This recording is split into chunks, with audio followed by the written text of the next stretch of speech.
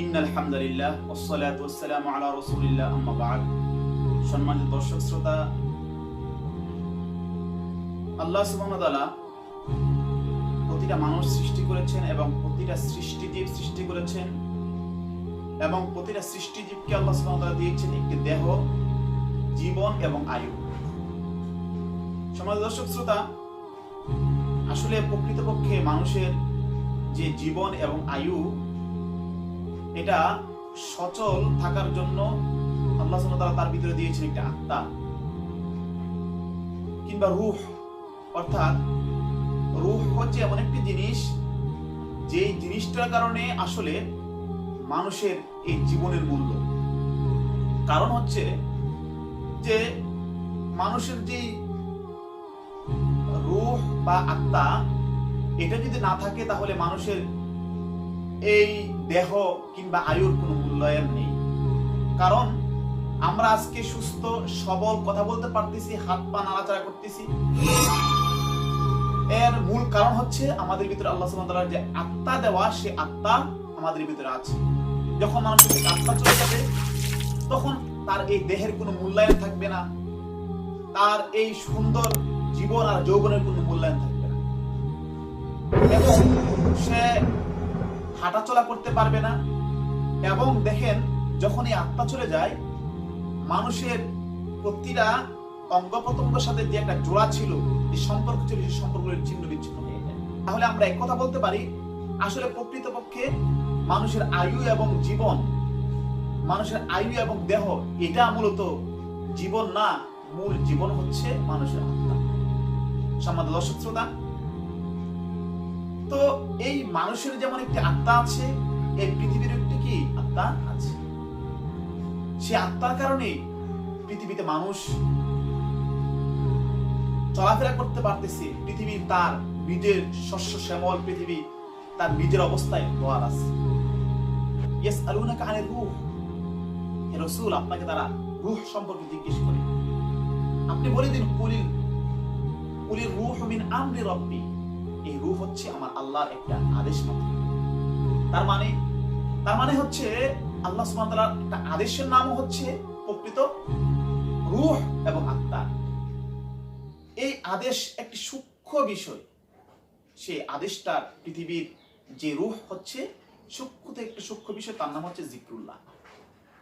মানুষের যেমন জীবন, তার চলার জন্য তার দেহ এবং তার অঙ্গ প্রত্যঙ্গ এবং তার আয়ুর জন্য যেমন একটা আত্মা আছে, ঠিক অনুরূপভাবে পৃথিবীর জন্য একটা আত্মা আছে, সেই আত্মার নাম হচ্ছে জিকরুল্লাহ।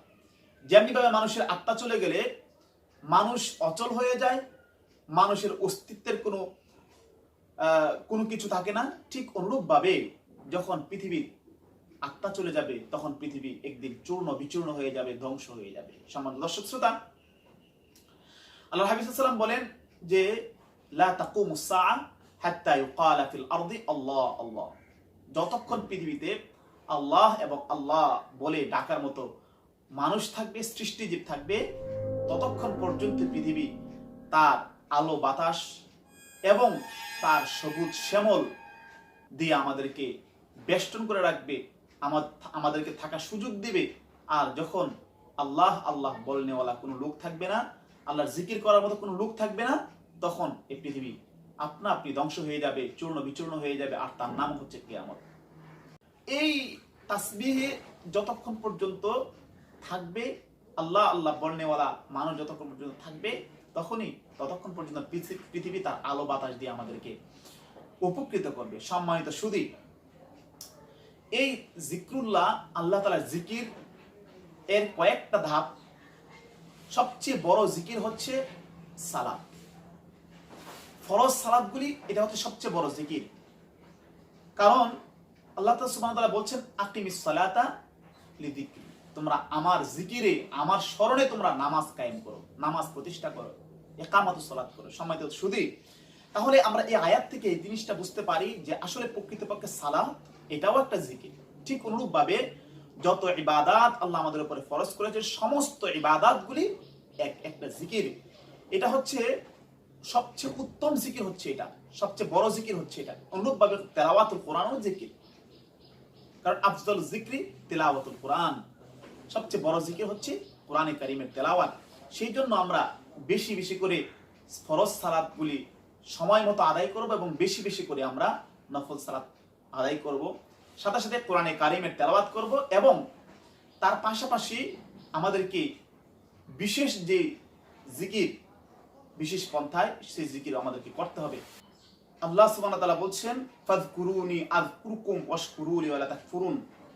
আল্লাহ তাআলা বলছেন তোমরা আমার জিকির করো, আমি তোমাদেরকে স্মরণ করব, তোমরা আমার শুকরিয়া আদায় করো না, শুকরিয়া করো না। সম্মানিত সুধী, এই আয়াত থেকে আমরা বুঝতে পারলাম বেশি বেশি করে জিকির করতে হবে। মাসনুন দোয়াগুলি এগুলি একটি জিকির। আর পাশাপাশি সকাল সন্ধ্যা যে জিকির আছে সেই জিকিরগুলি করা। এই জিকিরগুলিকে আমরা দুইটা ভাগে বিভক্ত করতে পারি। একটি হচ্ছে সময়ের সাথে নির্দিষ্ট জিকির, আরেকটা হচ্ছে সময়ের সাথে নির্দিষ্ট না এমন জিকির। সময়ের সাথে নির্দিষ্ট জিকির যেমন সকাল সন্ধ্যা তাসবিহ আদায় করা, যেমন লা ইলাহা ইল্লাল্লাহ, সুবহানাল্লাহ, আল্লাহু আকবার, অনুরূপভাবে এই সমস্ত জিকিরগুলি করা। এবং সকাল সন্ধ্যা অন্যান্য যে তাসবিহাত রাসূল সাল্লাল্লাহু আলাইহি ওয়াসাল্লামের দেওয়া যে সমস্ত আদিয়াগুলি আছে, আদিয়া মাসুরা, সেই সমস্ত আদিয়া এই মাসুরাগুলি পড়া। এবং সময়ের সাথে নির্দিষ্ট নয় এমন জিকির, অর্থাৎ আল্লাহ তাআলাকে সর্বদাই বেশি বেশি করে জিকির করা, আল্লাহ আল্লাহ বলতে থাকা এবং লা ইলাহা ইল্লাল্লাহ, সুবহানাল্লাহ, আল্লাহু আকবার। তো এই সমস্ত জিকির বেশি বেশি করে করা। দেখুন একটা জিনিস খেয়াল করবেন, জিকির যখন আমরা করব, জিকির করার সময় এই জিকিরটা সর্বদাই করার চেষ্টা করব। কারণ আল্লাহ হাবিব সাল্লাল্লাহু আলাইহি ওয়াসাল্লাম বলেছেন যে সবচেয়ে উত্তম ইবাদত হচ্ছে যে আহাব্বুল আমাল ইলাল্লাহি আদওয়ামুহা ওয়া ইন কাল্লা। আল্লাহ তাআলার কাছে সবচেয়ে বেশি প্রিয় আমল হচ্ছে সেটা যা অল্প হোক কিন্তু সর্বদাই করা হয়। সেই কারণে আমরা বেশি বেশি করে সর্বদা সব সময় জিকির আজকার করব। জিকির করতে করতে এক সময় আমাদের অন্তরের মাঝে আল্লাহ তাআলার মহব্বত, ভালোবাসার সৃষ্টি হবে এবং আমরা আল্লাহ সুবহানাহু ওয়া তাআলাকে অনেক কাছে পেতে পারবো।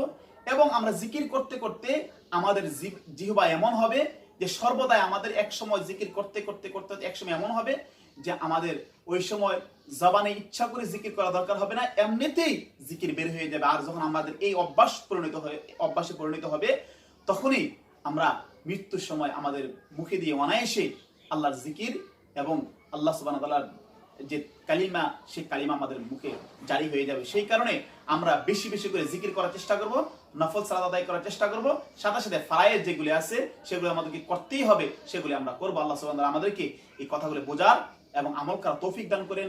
আসসালামু আলাইকুম ওয়া রাহমাতুল্লাহি ওয়া বারাকাতুহু।